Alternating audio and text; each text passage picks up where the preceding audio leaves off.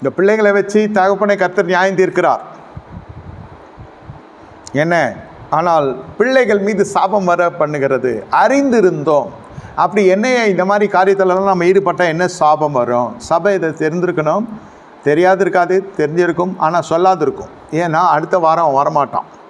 காலையில் சர்வீஸ் சொன்னாக்கா ஈவினிங் சர்வீஸில் ஆள் காணாத போயிடுவாங்க. நாட்டு நடப்பு சொல்கிறேன். நமக்கு ஜனலில் முக்கியம். ஊழியம் செய்கிறதுக்கு எத்தனை பேர் எங்கள் சபையில் இருக்கிறாங்கன்னு சொல்கிறத நான் பெருமையாக நினைக்கிற பொழுது ரொம்ப மேனிக்கும் நோக்காமல் பூமிக்கு நோக்காமல் தான் பேச முடியும். நய வசனிப்பு. அதனால தான் என்ன நடக்குதுனாக்கா, பெருந்திரள் போகிற சபையெல்லாம் பார்த்தீங்கன்னா சுவிசேஷகர்களையும் சுவிசேஷ கூட்டத்தையும் தேடி போகுது. இங்கேயும் குளிர்ச்சியான பிரசங்கம், அங்கேயும் இயேசு சமாதானம் தரார், சுகம் தரார், எதுவுமே சத்தியத்தின்படி கிடையாது. இதனால் ஜனங்கள் அறிவில்லாமல் சங்காரமாகிறார்கள் என்று வேதவாசம் சொல்லுகிறது.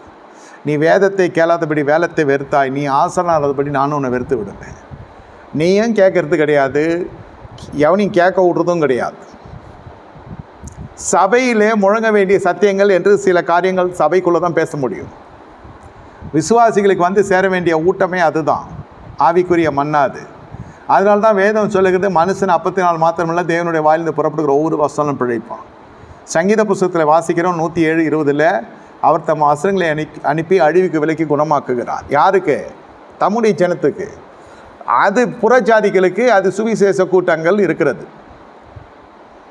சபைக்குள்ளே பிரசங்கியார்கள் விருந்தாளி பிரசங்கியார்கள் வராங்க வச்சுக்கோங்க, முக்கிய விருந்தினர்கள். அவங்கெல்லாம் என்னென்னா சபையை ஸ்திரப்படுத்துறதுக்காக அப்போஸ்தலருடைய ஸ்தானத்தில் இருக்கிறவர்கள் சபையை ஸ்திரப்படுத்துறதுக்கும் அபிஷேகத்தில் நடத்துறதுக்கும் வருகிறார்கள். அப்போஸ்தலர் நடவடிக்கையில் கதை கேட்கறதுக்கு வரல. கதை சொல்கிறவனையே என்கரேஜ் பண்ணக்கூடாது. நான் மந்திரவாதம் பண்ணேன், நான் திமிர்வாதம் பண்ணேன், நான் அந்த வாதம் பண்ணேன், இந்த வாதம் பண்ணேன்னு. அதை கேட்டு என்ன ஆக போகுது? கட்டுக்கதைகளுக்கு செவி சாய்க்கிற காலங்கள் வந்து கொண்டிருக்கிறது. சாட்சி சொல்கிறேன்னு சொல்லிட்டு திசை திரும்பக்கூடாது சத்தியத்தை விட்டு. அவன் கொஞ்ச நாள் சாட்சி சொல்ல வந்தவன் கொஞ்ச நாள் பாஸ்டர் ஆகி அதே சர்ச்சில் இருக்கணும் கூட்டு போயிடுறான். ஏன்? மேய்ப்பனை அவ்வளோ அழகாக மேய்க்கிறாருன்னு அர்த்தம். நாம் கேள்வி கேட்கறதுக்கு அதிகாரம் இல்லை.